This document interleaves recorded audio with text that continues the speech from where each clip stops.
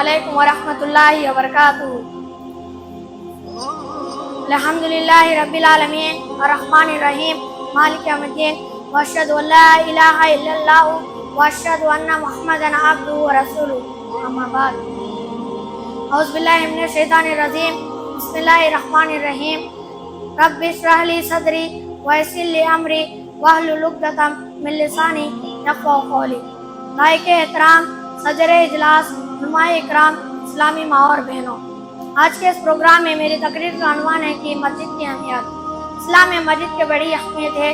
یہ اللہ کا گھر ہے، جنت کا باغ ہے، دین کا مضبوط قلعہ ہے، دنیا میں سب سے اچھی اور خوبصورت جگہ ہے۔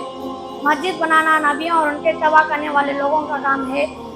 نبی کریم صلی اللہ علیہ وسلم مسجد کی تعمیر پر جنت کی خوشخبری دی ہے۔ چنانچہ آپ نے فرمایا، من بنا مسجدا یقتدی بہ وجہ اللہ بنى اللہ مثلہ فی الجنہ۔ جس نے اللہ کی رضا اور خوشی کے لیے مسجد تعمیر کی، اللہ تعالیٰ اس کے لیے جنت میں ویسا ہی گھر بنائے گا۔ محترم سامعین اور سامعات، مسجد ایک ایسا روشن چراغ ہے جو سماج کے معاشرہ کو گوشہ گوشہ کو منور کرتے ہیں۔ اس کی حیثیت ایک دل کی ہے جہاں سے سماج کے رگوں میں خون پہنچتا ہے۔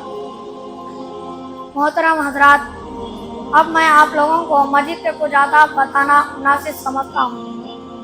نمبر 1، مسجد کا پہلا آداب یہ ہے کہ اسے پاکیزہ اور صاف ستھرا رکھا جائے اور اسے دھول اور گندگی سے بچایا جائے۔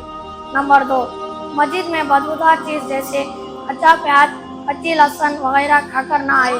نمبر 3، مسجد کے طرف دوڑتے ہوئے یا آواز کرتے ہوئے نہ آئیں بلکہ سکون اور اطمینان سے آئیں۔ نمبر 4، مسجد میں داخل ہوتے وقت اور نکلتے وقت کی دعاؤں کا اہتمام کریں اور بیٹھنے سے پہلے 2 رکعت نماز پڑھیں۔ نمبر 5، مسجد میں لائنی اور فضول باتیں نہ کریں بلکہ اسی طرح خرید و فروخت اور کسی گم شدہ چیز کا اعلان بھی نہ کریں۔ نمبر 6، سب سے اہم ادب یہ ہے کہ نمازوں کے ذریعے مسجدوں کو آباد رکھیں اور اس میں اللہ کا ذکر کرتے رہیں۔ السلام علیکم ورحمۃ اللہ وبرکاتہ۔